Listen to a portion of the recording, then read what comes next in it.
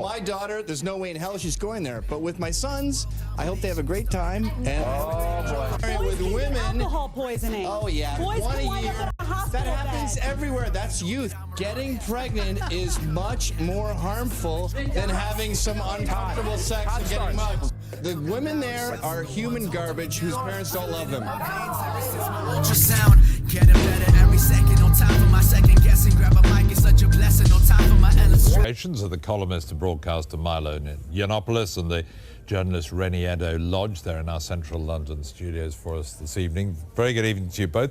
Rennie, how do you feel about being called different because you're hardwired differently? I'm sure it's not something you've failed to hear before. It just seems to keep cropping up. Is it necessary?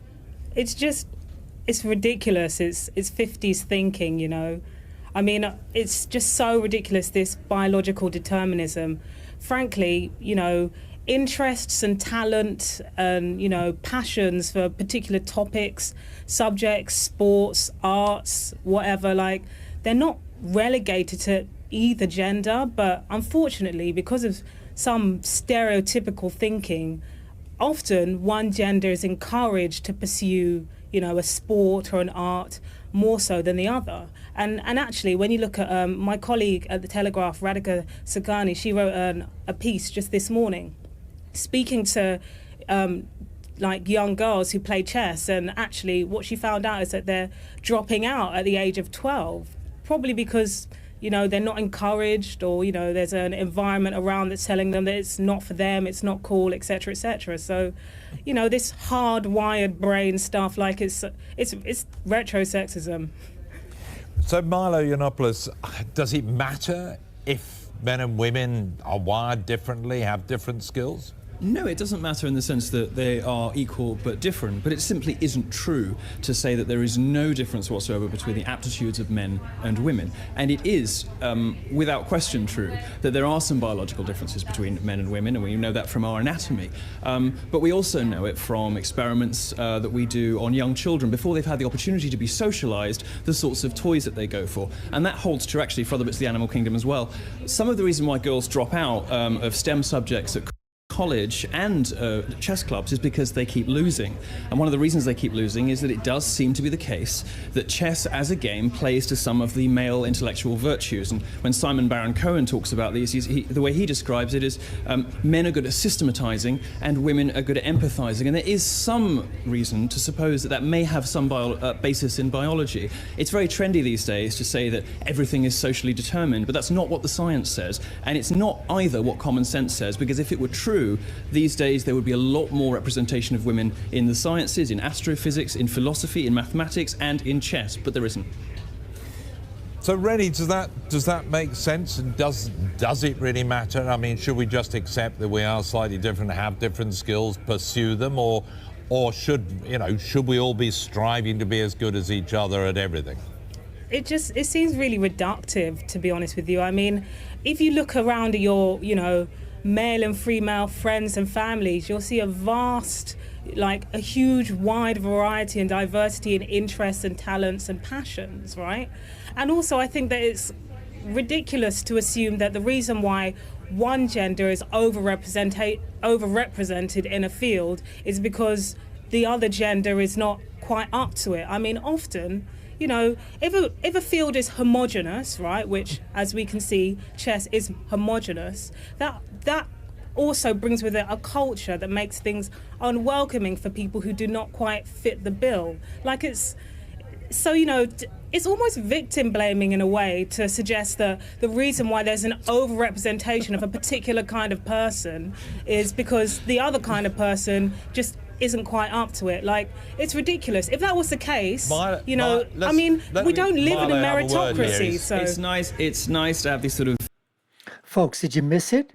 Or did you hear what this liberal libtard feminist basically just said just a few seconds ago? If you didn't catch it, let's go ahead and hear it once again. Listen for it, folks. If that was the case, you know, I mean, we don't live in a meritocracy, so... It's nice to have these sort of vague waffle... What did she say? We don't live in a meritocracy. She just said that, folks. We don't live in a meritocracy. My question to her is, why don't we live in a meritocracy? You know what we live in?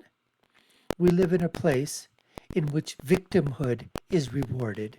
We live in a place where affirmative action is rewarded on the basis of skin color, on the basis of minority types, on the basis of sex. So if you're basically saying there are no differences between them, and the reason that everybody is just society puts it on them. So society makes them become footballers and soccer players and baseball players and cricketers and swim, whatever. Is that what she's trying to say? That's what this girl is trying to say? I mean, it's unbelievable what these feminists continue to do to themselves. Everybody's a feminist. Everybody's a feminist until something happens in a room where they need to be saved. Then all of a sudden, feminists, they become girls. Anyways, let's continue. Sort of everyone has varied interests. What the science suggests is that, for example, when it comes to IQ is distributed differently between the sexes. Now, IQ gets a really bad rap because it's not a great indicator of some things. It's said to be sexist, it's said to be biased towards white people, whatever. The point is that it tests, in this case, it tests all of the skills that make you good at chess really well. It's about puzzles, it's about games, exactly the skills that make you good at chess, make you good at IQ. Now, the way that IQ is distributed differently in the sexes is that women tend to cluster around the mean. Women are more likely to have an IQ that is somewhere near the average, whereas men go right to the top or right to the bottom more often, which is why you get great genius male artists and philosophers, but it's also why men fill the prisons, because men seem to occupy more of the ends of the IQ scale. That is IQ so is pretty much true. the best measure we have to predict whether somebody will be good at chess. And what it proves, and what it also proves, is that men and women can talk forever. It's been a pleasure talking to you both. Before we let you go, though, we'd like to hear some thoughts and some comments you made earlier this week about domestic violence. For our viewers who haven't heard them, here's what Mark had to say. Blokes who've lost self-esteem, they've lost their job, they're welfare dependent, they've got other troubles, drugs, alcohol in their life. It's that loss of self-esteem where I think they use the domestic violence as a coping mechanism to get over all the other crap that they've got in their lives. Obviously, this has caused some outrage, Mark. Do you stand by those comments, and do we really need to be making excuses for perpetrators of domestic violence? Well, Eddie, the critics haven't done their research, you see. I was paraphrasing there a very important report in New South Wales from the Coroner's Court, where they look at the domestic violence deaths and produce some conclusions about them. And they talk about a coping mechanism where men living in poverty, underclass circumstances, poor self-esteem, use domestic violence as a macabre, tragic type of coping mechanism. So the critics in this area run on emotion and ideology instead of facts and actually going to read the report. I urge people to read that report. Well, the facts and if you are haven't that... read it, you're not doing justice to the issue. Mark, the facts are that domestic violence doesn't just affect people in low socioeconomic circumstances. It stretches right across all levels of society, doesn't it? Well, it's concentrated there, Eddie. The basic fact is that for every domestic incident in a middle-class family in Australia, there are 10 in a public housing estate, 25 in Indigenous communities. That's borne out by crime statistics around the country. That's so true. You can't really deal with this serious issue in a proper way unless you're providing accurate analysis. And to say there's an... And one of the things that's happening is that domestic violence, how often is that occurring in upper income families, in upper class families? The types of domestic incidents that's happening there. It isn't. Not at the rates it's happening in the lower class or in indigenous populations. It certainly isn't, folks. The facts do not bear that out. Now, does that basically, it's tragic whether it's happening in any family domestic violence, obviously, in any strata of the classes or the masses. Even one incident is way too many. But all this gentleman was basically doing was reading a report, shed some light on it, and the next thing you know is it becomes a freaking firestorm. Should that be used as an excuse for men, any type of man or men, for the purposes of domestic abuse? Absolutely not. But a study was published that said that when they found out what was happening and they dug deep into the events that led to the situation in terms of the domestic abuse and domestic violence, this is the statistics and this is what they found and this is what they wrote. Epidemic, that's wrong. To say it's evenly spread across the community, that's wrong. To say that it's a product of patriarchy where somehow men have been genetically engineered to dominate women, that's ridiculous. Do you stand by your statement that women are safer than they've ever been before, given that there are close to 80 deaths from domestic violence across Australia last year? Yeah, well, Eddie, I urge you to read the ABS Personal Safety Survey that shows that since 1996...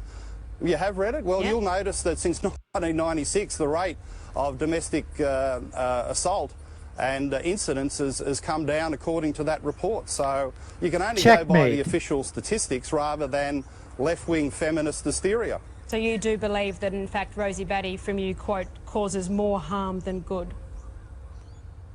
Well, I don't think it's helpful to demonise men in these circumstances. I don't think it's helpful to go around talking about an epidemic when actually in Australia the domestic assault rate against women in a 12-month period is 1%. Now, I wish it was 0%, of course. We all want it to be 0%. But I know enough about politics to realise that if you want to analyse and get solutions to a problem, you have to be accurate. And saying there's an epidemic, which sort of suggests the rate is 50 or 60%, when in fact it's 1%, that does a disservice to the women in need. That's sort of like what they do with the rape culture, right? They say 20% of the girls are being raped at college. 20%, that's 1 in 5. If you were a parent, if you were a father, and you knew that you were sending your daughter or your wife or your whatever it is to go to a college campus where they're saying that the rape culture is 20%, 1 in 5, would you do that? 20%? Of course you wouldn't. These are just made up numbers that are just absolute out and out lies that are being peddled by feminists, leftists, liberals as a way to sort of foment division and foment hysteria. That's all it is, folks. Because you're dealing in fantasy rather than fact. Mark, yeah, so true, so true. We've just got to be so careful about these messages and making excuses for this. No one's making excuses. No one's making excuses here, Mike. What you've got to be careful about is analysing the facts, rather than propaganda that people put out there that's not supported by official government reports, official government surveys, and there's nothing I've said that's not factual. Now, we've had a few items here where you've tried to say, oh, well, maybe that's not the case. I've got references, I've got reports, I've got official surveys yes, that back up the facts and figures that I'm putting out there. Now, it mightn't be the information that people want to hear, but I'd rather have a debate where you can deal in reality rather than left-wing feminist fantasy. All right, Mark Latham, thank you for your time. They said I couldn't do it, yeah, they said I couldn't do it. Now they all be running to it, they know. The weak of the strong, who got it going on? Weak of the strong, who got it going on? Cause they said I couldn't do it, yeah. Last year we gave away a free handgun with the purchase of any vehicle, and it went over very well. It spiked our web traffic. We sold, we estimate 35 extra cars during the promotion than we normally would have. And this year we're trying to sell an extra 100 cars more than we normally would. We're just trying to generate some traffic, generate some interest and enthusiasm and excitement, and it seems to work real well. You know, we're not just going to give people an AK-47 gun. You know, felons buy cars too. What we are going to do is we're going to give them a voucher where they can go to their local gun dealer, or we have local gun dealers we would strongly recommend, where they can go buy a gun and go through the proper background checks, and so that, you know, the guns end up in the right hands. That's a great program. How much money does it, I mean, how much does an AK-47 cost? I'm just curious. It depends. You can get a good AK-47 for $450, maybe $500. You know, some people watching this might think, you know, owning a handgun is one thing, but owning an AK-47 is something else, and maybe this is just a tad irresponsible? No, it's the American way. But how about that guy that just had him and his wife killed that had the 12 children? with the 7 guys coming through the door. I guarantee you, he wishes he had an AK-47 as those maggots busted through his door and slaughtered him and his wife in front of his children. Well, but the purpose others for guns like AK-47s is home defense. Well, but police officers are shot in the line of duty all the time, and they carry guns every day. So maybe some might not think that's a great argument. Well, How are you going to personally save your like that as a family? sporting chance instead of just becoming a victim. Absolutely. I guarantee you those guys that broke through that door that used guns to kill those people did not have legal guns and did not go through the proper steps to get them. Those are all illegal guns, and I would bet my bottom dollar on it. I haven't seen the facts yet, but look, there's a bunch of evil in the world, and people need to protect themselves. Well, we're real firm believers. We're country folks down here. We live down here, and we're real firm believers in the Second Amendment, and we don't want to become victims. When I live out in the country 15 miles from the dealership here on 1,200 acres, the response time to my home's about 15 minutes. And if I'm counting on the police, and we have a great police force in Bates County, great sheriff, great police in Butler where we live, response time's still 15 minutes to how great the people are and how good their intentions are. And I would rather defend myself. The only 911 call I need is chambering around. Well, I love that. I love it. I grew up in rural America too. We had guns in our home, but they weren't AK-47s. I mean, How long ago was that? When I was a teenager. It was so long ago. 30 years ago. Things have changed dramatically. I don't know if you know anything about Missouri. Where I live in this county, there's a tremendous crime problem with people doing meth. And these people they've lost their souls. They don't care about you, they don't care about me, they care about one thing, getting more dope. Well, I understand evil in the world, but I'm just No, you questioning don't. like a semi-assault weapon to protect yourself. That's all I'm saying. Your motto is God, guns. Your motto is God, guns, guts, and American. Why did you come up with that particular motto? That's a great motto. Actually, it's God, guns, guts, and American pickup trucks. Because we sell cars. Right, but you include God in that, and That's right. Why not? Might wonder why God is included in a motto that it also includes guns. You don't have a problem with God, do you? No, I don't. But the combination, some people might, between God and guns, some people might have a problem with that. We're a Christian nation. We're Christian people. I believe that